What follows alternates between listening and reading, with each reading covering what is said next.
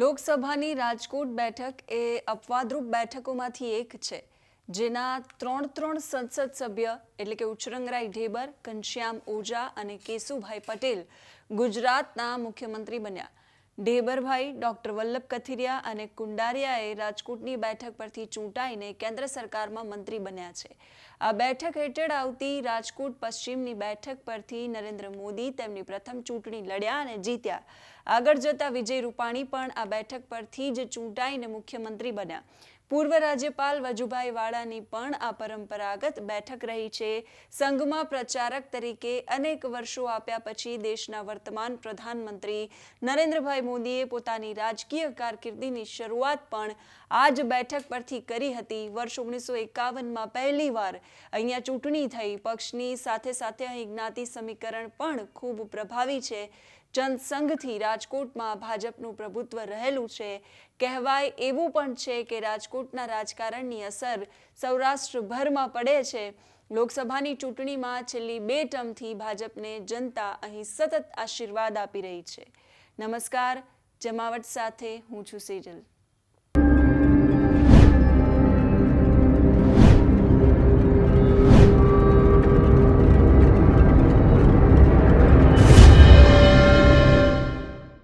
લોકસભાના સમીકરણો વિશે વાત કરીએ એ પહેલા રાજકોટ વાસીઓ વિશે મારે આપની સાથે વાત કરવી છે. ફૂડ, ફેશન અને રોયલ મિજાજનું રંગીલું રાજકોટ છે. અને જો મિજાજની વાત કરવામાં આવે તો રાજકોટ વાસીઓ ખાવા પીવાના પણ ખૂબ જ શોખીન છે. રાજકોટની ચીક્કી, પેંડા, લીલી ચટણી અને વણેલા ગાંઠિયા ખૂબ વખણાય છે. રાજકોટ વાસીઓ માટે એક કહેવત પણ ખૂબ પ્રચલિત છે કે જો રાજકોટમાં તમે જાઓ તો બપોરે 1 થી 4 રાજકોટ વાસીઓ ઊંઘી જાય છે. એટલે કે બપોરના સમયે રાજકોટમાં સંપૂર્ણપણે કરફ્યુ જેવો માહોલ સર્જાય છે. રાજકોટમાં સવારના મુખ્ય 4 છાપા તો સાંજના 20થી વધુ છાપાઓ હજુ પણ આ શહેરમાં શરૂ છે. અને આ સાથે જ રાજકોટની જનતા ઉત્સવપ્રિય અને ધાર્મિક માનવામાં આવે છે. રાજકોટમાં રાજકારણની વાત કરવામાં આવે તો તેની સૌરાષ્ટ્રભરમાં અસર થાય છે. જ્યારે કોઈ પણ રાજકીય નેતા ચૂંટણી પ્રચાર અથવા તો કોઈ કામ અર્થે આવે છે તો તે અચૂક રાજકોટની મુલાકાત લે છે. અને એટલા જ માટે રાજકોટની જે બેઠક છે લોકસભાની, એના વિશે વાત કરવી છે. શું છે વિશેષતા, એના વિશે પણ વાત કરીશું. પરંતુ એક વાત હું ચોક્કસ કહીશ કે રાજકોટની ઐતિહાસિક ઓળખની વાત કરવામાં આવે તો રાજકોટને સૌરાષ્ટ્રનું આર્થિક પાટનગર પણ કહેવાય છે. જ્યારથી જનસંઘ અહીંયા હતું ત્યારથી રાજકોટમાં ભાજપ પક્ષની પકડ રહી છે. અને એટલે જ શરૂઆત કરીશું કે રાજકોટની અંદર કેટલી વિધાનસભાઓ છે અને રાજકોટના સમીકરણો જે છે એ પાછલી ચૂંટણીઓમાં કહેવા રહ્યા છે. તો રાજકોટની વાત કરવામાં આવે સૌથી પહેલા તો આપણે એ જોઈ લઈએ કે એસેમ્બલી સીટ્સ એટલે કે વિધાનસભા બેઠકો અહીંયા કેટલી છે. 66 નંબરથી શરૂ થાય છે. એટલે કે મોરબીની જે 2 સીટ છે એ રાજકોટની અંદર આવે છે, એક ટંકારા અને એક વાંકાનેર. ત્યાર પછી રાજકોટ પૂર્વ, પશ્ચિમ, દક્ષિણ અને ગ્રામ્ય, આ બધી જ બેઠકો ને એની સાથે જસદણની એક બેઠક છે એ રાજકોટની અંદર આવે છે. સૌથી પહેલા એ જોઈ લઈએ કે અહીંયા ધારાસભ્યો કોણ છે અને ત્યાર પછી આપણે વાત કરીશું કે અહીંયા સંસદ સભ્યો કોણ છે. તો ટંકારા બેઠક પર વાત કરવામાં આવે દુર્લભજીભાઈ દેથરિયા અહીં ધારાસભ્ય છે. વાંકાનેરમાં જીતુ સોમાણી છે. રાજકોટ ઈસ્ટમાં ઉદય કાનગડ છે. વેસ્ટમાં ડોક્ટર દર્શિતા શાહ છે. રાજકોટ સાઉથમાં, દક્ષિણમાં રમેશભાઈ વિરજીભાઈ છે, રમેશભાઈ ટીલાળા છે. રાજકોટ રૂરલની ગ્રામ્યની વાત કરવામાં આવે જે એસસી અનામત બેઠક છે, ભાનુબેન બાબરિયા અહીંયા છે.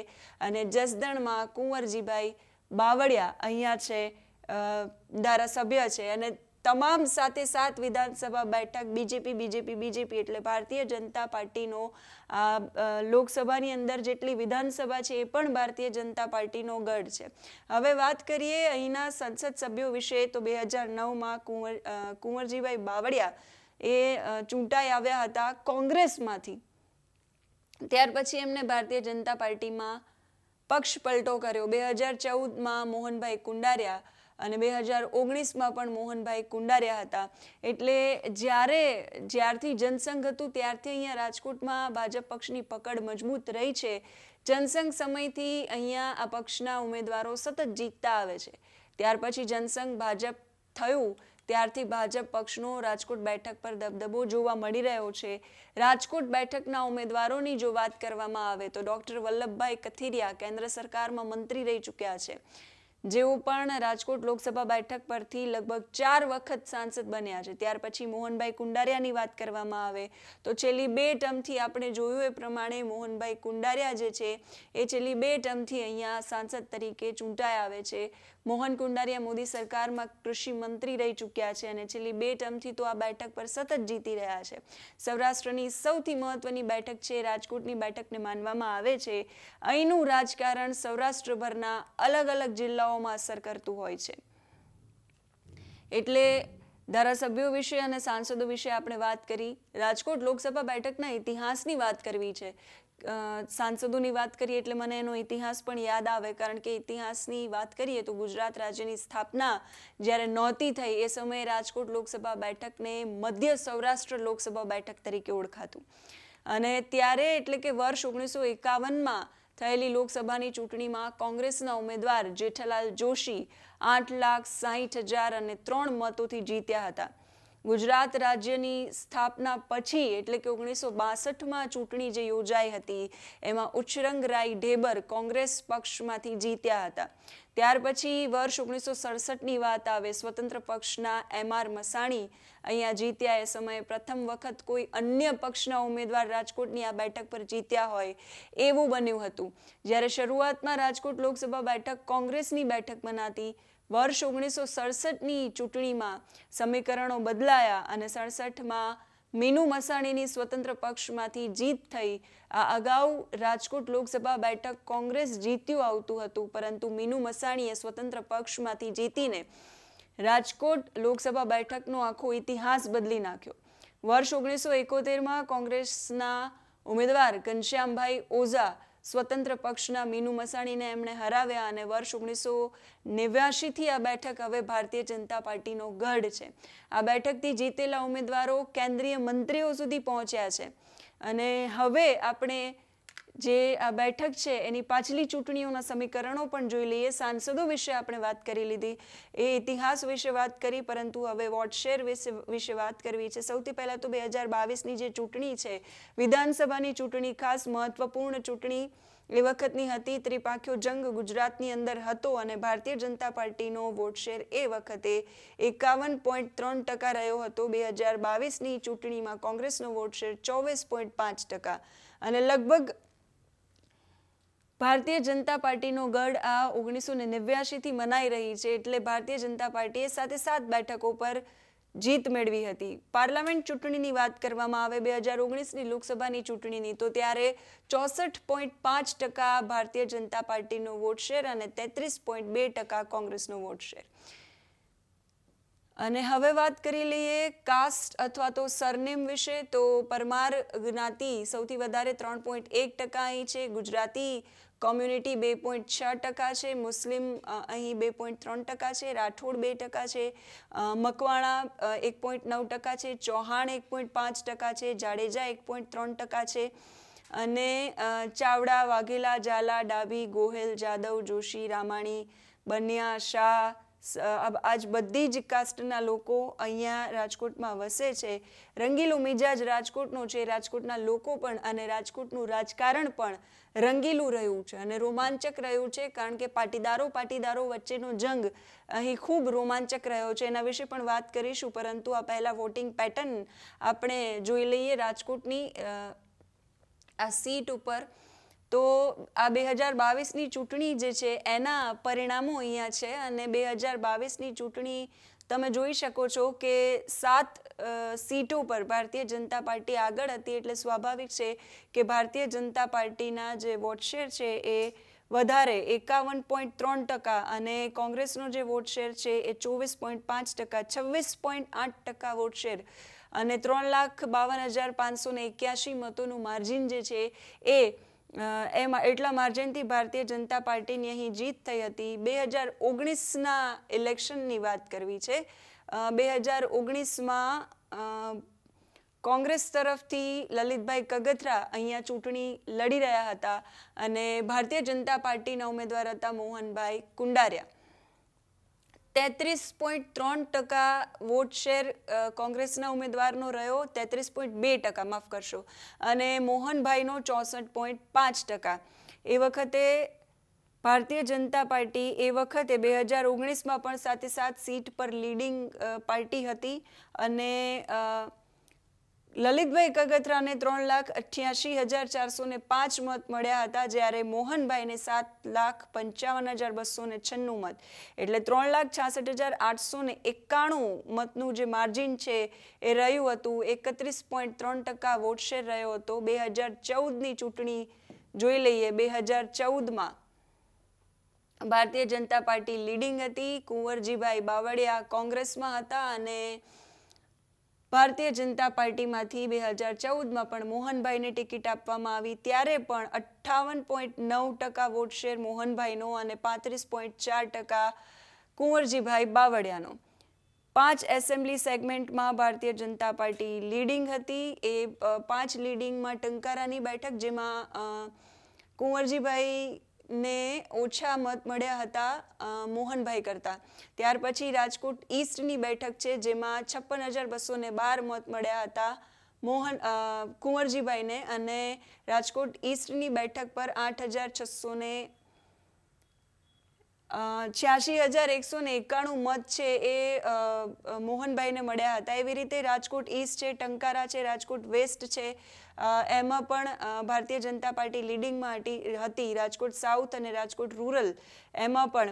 અને કોંગ્રેસ 2 સીટો પર લીડિંગ પાર્ટી હતી. એ હતી વાંકાનેર અને જસદણની બેઠક. ત્યારે વાંકાનેરમાં કોંગ્રેસના જે ઉમેદવાર છે કુંવરજીભાઈ, એને 67,151 મત મળ્યા હતા, અને જ્યારે મોહનભાઈને 66,000 મત મળ્યા હતા. 2 સીટ, એક જસદણની સીટ પર પણ કોંગ્રેસ છે એ ભારતીય જનતા પાર્ટીના ઉમેદવાર કરતાં આગળ હતી.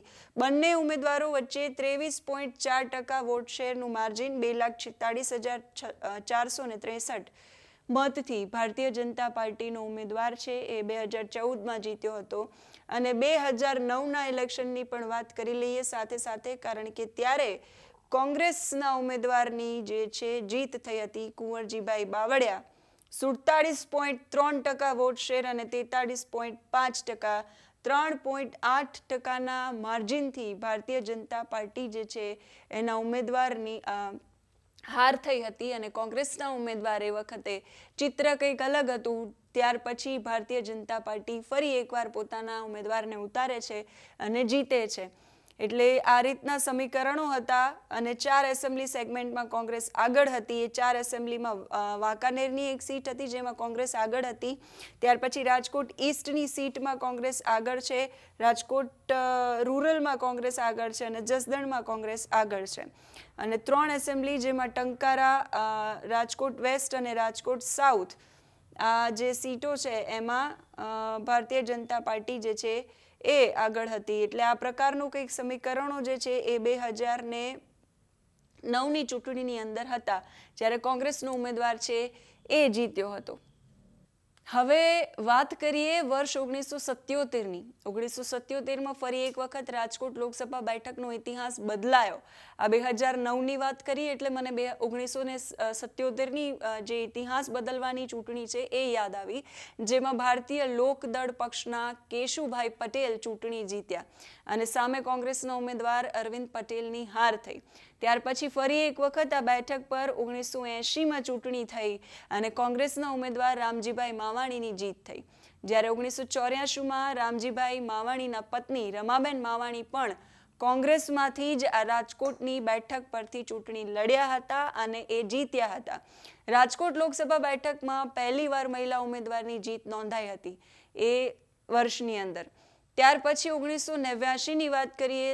શિવલાલ વેકરિયા ભારતીય જનતા પાર્ટીમાંથી ચૂંટણી જીત્યા અને કોંગ્રેસના ઉમેદવાર રમાબેન માવાણીની હાર થઈ. જ્યારે ફરી એક વખત 1991માં રાજકોટ બેઠક પરથી ભાજપના ઉમેદવાર શિવલાલ વેકરિયાએ રાજકોટના રાજવી મનોહરસિંહ જાડેજા, જે કોંગ્રેસમાંથી લડ્યા, એમને આ બેઠક પરથી હરાવ્યા. વર્ષ 1996થી આ બેઠક પર ભારતીય જનતા પાર્ટીના ઉમેદવાર વલ્લભભાઈ કથિરિયા સતત ચૂંટણી જીત્યા. ત્યાર પછી વર્ષ 2009માં જે આપણે અહીંયા જે પરિણામો જોયા એ પ્રમાણે 47.3% વોટ શેર સાથે કુંવરજીભાઈ બાવળિયા જીત્યા. ત્યારે કોંગ્રેસનો દબદબો 2009ની અંદર. અને રાજકોટ લોકસભા બેઠક પર છેલ્લી 2 ટર્મથી એટલે કે 2014 અને 19માં મોહનભાઈ કુંડારિયા સતત જીતતા આવે છે. પણ આમ એક રીતે જોવા જઈએ તો 1989 પછી ભારતીય જનતા પાર્ટીનો દબદબો રહ્યો છે. કેવી રીતે? તો 1989 પછી એક જ વખત કોંગ્રેસ જીતી છે, એ 2009માં. રાજકોટ લોકસભા બેઠકને ભારતીય જનતા પાર્ટીનો ગઢ કહેવાય છે, કારણ કે જ્યારથી જનસંઘ હતું એ વખતથી ભારતીય જનતા પાર્ટીની આ રાજકોટ બેઠક પર પકડ મજબૂત રહી છે. 2009માં કુંવરજીભાઈ બાવળિયા જીત્યા, પણ ત્યાર પછી સતત ભાજપના ઉમેદવારો અહીં જીત્યા છે. અહીંયા ભાજપના પક્ષ એટલો મજબૂત છે કે કોઈ પણ નેતાને ટિકિટ મળે તો પણ એ ખૂબ જ સહેલાઈથી અહીંયાથી જીતી જાય છે. અહીંયા બૂથ લેવલથી જ ભાજપ ખૂબ સક્રિય છે. જ્યારે રાજકોટ મહાનગરપાલિકાના કેટલાક વોર્ડ તો ભાજપના જ વોર્ડ મનાય છે, જેના કારણે ભાજપને અહીંથી સહેલાઈથી જીત મળે છે. પ્રધાનમંત્રી નરેન્દ્ર મોદી પણ જ્યારે ગુજરાતના તત્કાલ મુખ્યમંત્રી બન્યા અને એમને 6 મહિનાની અંદર વિધાનસભામાં ચૂંટાઈને જવાનું હતું, ત્યારે તેઓ રાજકોટ વિધાનસભા 2 બેઠક પરથી ચૂંટણી લડ્યા હતા અને જીત્યા હતા. અને ત્યાર પછી તેઓ રાજ્યના મુખ્યમંત્રી બન્યા. ત્યારથી લઈને પ્રધાનમંત્રી નરેન્દ્ર મોદી અત્યાર સુધી સતત ચૂંટણી જીતતા આવ્યા છે, જેના કારણે રાજકોટ વિધાનસભાની બેઠકને ભાજપ માટે ખૂબ લકી માનવામાં આવે છે. રાજકોટની લોકસભાની જો વાત કરવામાં આવે, પાટીદારો, કડવા પાટીદાર ઉમેદવારોનો અહીંયા દબદબો જોવા મળે છે. અને 2 ટર્મથી ભાજપમાંથી ચૂંટાયેલા મોહન કુંડારિયા પણ કડવા પાટીદાર સમાજના નેતા છે. એવામાં ગઈ જે લોકસભાની ચૂંટણી હતી એમાં કોંગ્રેસ દ્વારા કડવા પાટીદાર નેતા લલિત કગથરાને ટિકિટ અપાઈ. પણ એ સમયે એવું લાગતું હતું કે પાટીદાર વોટ બેંકના કારણે કોંગ્રેસના ઉમેદવાર જીતી શકશે, પરંતુ એ શક્ય બન્યું નહોતું. મોહન કુંડારિયાની જંગી લીડથી જીત થઈ. એવામાં આ વખતે રાજકોટ લોકસભા બેઠક પર લેઉવા પાટીદાર સમાજના લોકોએ પણ ટિકિટની માંગ કરી છે. હવે વાત કરી લઈએ ઉમેદવારો વિશે. તો ભાજપે રાજકોટ બેઠક પરથી કેન્દ્રીય મંત્રી પરસોત્તમ રૂપાલાને મેદાનમાં ઉતાર્યા છે. રૂપાલા અને માંડવિયાને પોતપોતાના વતન અમરેલી અને ભાવનગરમાંથી ટિકિટ આપવાના બદલે વધુ સલામત ગણાતી રાજકોટ અને પોરબંદરની બેઠક પરથી ચૂંટણી જંગમાં ઉતારવામાં આવ્યા. એવું દેખાડે છે કે પાર્ટી એમનો વિજય જે છે એ સુનિશ્ચિત કરવા માંગે છે. રાજકોટમાં કુંડારિયાને સ્થાને રૂપાલાને ઉતારીને ભારતીય જનતા પાર્ટીએ પાટીદારોની પેટા જ્ઞાતિનું સમીકરણ સાચવવાનો પણ પ્રયાસ કર્યો. અને જો આપણે એ પ્રકારના જ્ઞાતિગત સમીકરણથી રાજકોટની બેઠકને જોવી હોય તો જોઈ શકાય, પણ આ બેઠક છે એ જ્ઞાતિ જાતિના સમીકરણોથી પર ભારતીય જનતા પાર્ટીનો ગઢ છે, આવું વિશ્લેષકો કહે છે. આ જોતા કોંગ્રેસ હાઈકમાન્ડે પણ પાટીદાર યુવા ચહેરો અને પૂર્વ ધારાસભ્ય પરેશ ધાનાણીને ટિકિટ આપવાનું મન બનાવ્યું છે. એટલે 22 વર્ષ પછી રાજકોટમાં પરસોત્તમ રૂપાલા અને પરેશ ધાનાણી વચ્ચે જંગ જામશે. પણ જો પરેશ ધાનાણી સહમત હોય તો, પરંતુ પરેશભાઈ ધાનાણીને અત્યારે ઉમેદવાર કરતા અણવર બનવામાં વધારે રસ છે. પરેશ ધાનાણી એ લેઉવા પાટીદાર છે, રાજકોટ એ ભાજપનો ગઢ છે, અને એટલે જ કોંગ્રેસને અહીં રૂપાલા ભારે પડી શકે છે. પણ પરેશ ધાનાણીને પણ ભારતીય જનતા પાર્ટી હલકામાં લેવાની ભૂલ નહીં કરે. ભાજપને હેટ્રિક મારતો રોકવા માટે કોંગ્રેસ અહીંયા મજબૂત ઉમેદવારને મેદાનમાં ઉતારવાનું નિર્ણય કરી રહી છે. ભાજપે એના 2 કેન્દ્રીય મંત્રીઓ મનસુખ માંડવિયાને પોરબંદર અને પરસોત્તમ રૂપાલાને રાજકોટથી ચૂંટણી જંગમાં ઉતાર્યા છે, જેમાં પોરબંદરમાં કોંગ્રેસે ધોરાજીના પૂર્વ ધારાસભ્ય લલિત વસોયાને ટિકિટ આપી છે. હવે રાજકોટ બેઠક પર કોંગ્રેસ લેઉવા પાટીદારને ટિકિટ આપી શકે છે, જેના પર હવે સૌ કોઈની નજર છે. પરેશભાઈ ધાનાણી જે છે એ અગાઉ પરસોત્તમ રૂપાલા, દિલીપ સંઘાણી અને બાવકુ ઉંધાડ જેવા દિગ્ગજોને હરાવી ચૂક્યા છે.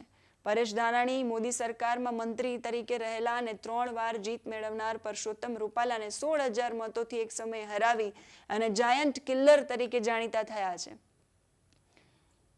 તમે એ પણ જાણી લો કે પરેશ ધાનાણી કોણ છે. તો માત્ર 26 વર્ષની ઉંમરે મજબૂત નેતાને હરાવીને રાજકીય કારકિર્દીની એમને શરૂઆત કરી. સ્વાભાવિક રીતે જ વિપક્ષના નેતા બનવાની તક યુવા વયે જ મળી ગઈ. સામાજિક સેવાની મૂડી પરેશ ધાનાણીને વારસામાં મળી છે, અને કદાચ એટલે જ 2000ની સાલમાં સૌરાષ્ટ્ર યુનિવર્સિટીમાંથી BComની ડિગ્રી મેળવ્યા પછી સમાજ સેવાના હેતુ સાથે એ રાજકારણ તરફ આકર્ષાયા. રાજકોટમાં કોલેજ કાળથી NSUI સાથે જોડાયેલા હતા, એટલે એમના મૂળ કોંગ્રેસી. ધાનાણી વર્ષ 2001માં અમરેલી જિલ્લા યુવા કોંગ્રેસ પ્રમુખ બન્યા. હાલમાં અમરેલીમાં ભાજપનો દબદબો છે, પણ અત્યારે તો સસ્પેન્સ યથાવત છે કે કોંગ્રેસ અહીં કોને મેદાનમાં ઉતારે છે. કોંગ્રેસ તરફથી તો રાજકોટમાં સમીકરણો કેવા રચાશે એ જોવું ખૂબ રસપ્રદ રહેશે. પણ તમે શું માનો છો કે આવનારી લોકસભાની ચૂંટણીની અંદર રાજકોટમાં કેવા સમીકરણો રચાશે? એ અમને કમેન્ટ કરીને જરૂરથી જણાવજો. અત્યારે આ વિડીયોમાં બસ આટલું જ. નમસ્કાર.